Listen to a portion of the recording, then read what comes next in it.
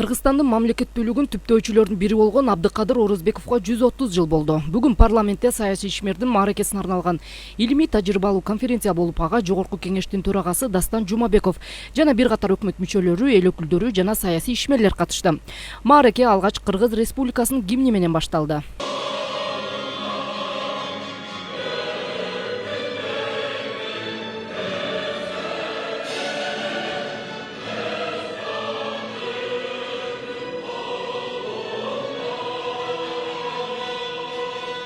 Мааракеде алгач жогорку кеңештин төрагасы Дастан Жумабеков сүйлөп, Абдыкадыр Орозбековдун кыргыз мамлекетин түптөөдөгү өзгөчө эмгегин белгилеп, анын өмүр жолу үлгү болушу керектигин билдирди. Урматтуу туугандар, биздин улуу калемгер жазуучубуз Чыңгыз Айтматовдун да жакшы сөзү бар.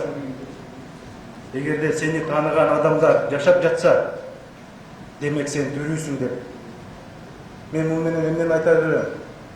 Демек, биздин улуу инсандарыбыз, анын ичинде Абдыкадыр Орозбеков, анын кылган иштери менен, анын ушу мамлекеттин пайдалуулун түптөөсү менен, ушу биздиге калтырган тарыхтагы изи менен, анын духу биз менен жашап жатат.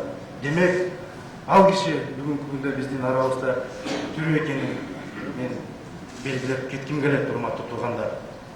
Андан соң жыйынга келген коомдук саясий ишмерлер да Абдыкадыр Орозбековдун кыргыз элине жасаган ар бир иштерин азыркы биздин муундарда аткарууга бел байлоо кажет экенин белгиледи. Саясий ишмер Медаткан Шеримкулов өз сөзүндө азыркы бийлик өкүлдөрү да кыргыз элинин пайдубалын бекемделишине негиз болгон Орозбековдой артынан из калтыруу керектигин айтып, Абдыкадыр Орозбековдун кыргыз элине жасаган эмгектерин эскере кетти. Мен бул жөнүндө айтайын дегеним,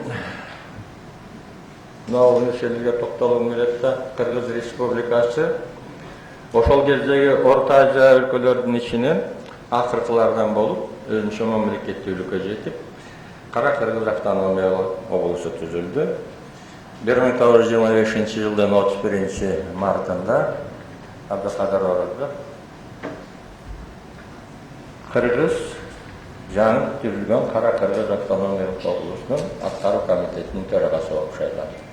Иш-чарада эл өкүлдөрү да куттуктоо сөздөрүн айтып, мындай кадырлуу инсандарды жыл сайын эскерип, алардын кыргыз эли үчүн жасаган эмгектерин унутта калтырбообуз кажет дейт. Мен депутат болгонго чейинки акыркы 30 жылдагы бир топ Кыргызстанда чыккан газеттерде биринчи президенти Байдарбековду жазышаттар. Анан көп газет журналдардан окуп калам.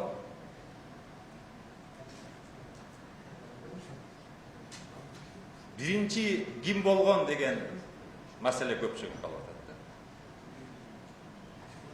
Мен ошол Орозбековдун аялынын тургуну катары, жараны катары, мен үчүн биринчи болгон не важно, ким болгон, Айдарбеков болгонбу, Орозбеков болгонбу. Бирок бүгүн ушул улуу трибунадан айткым келет, өлкөнүн президенти Жээнбеков Сооронбай Шарипович ошо Орозбековдун айылында жасаган аябай мазмундуу, так, чындык докладты жасады.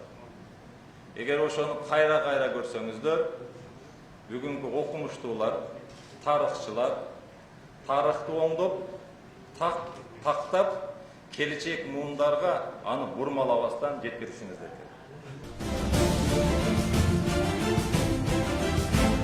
Абдыкадыр Орозбеков Кара Кыргыз автономиялуу областынын аткаруу комитетине төрага, кийин Кыргыз автономиялуу областынын Борбордук аткаруу комитетинин төрагасы болгон. 1936-жылы Кыргыз АССР Союздук республика болуп кайрадан түзүлгөндө Кыргыз СССРнин Борбордук аткаруу комитетинин төрагасы болуп шайланган. Жалган жала менен эл душманы деп айыпталып, 1937-жылы камалып, 49 жашында атууга кеткен. Орозбековдун эл үчүн жасаган эмгеги кыргыз тарыхында өчпөс ат менен жазылып калат.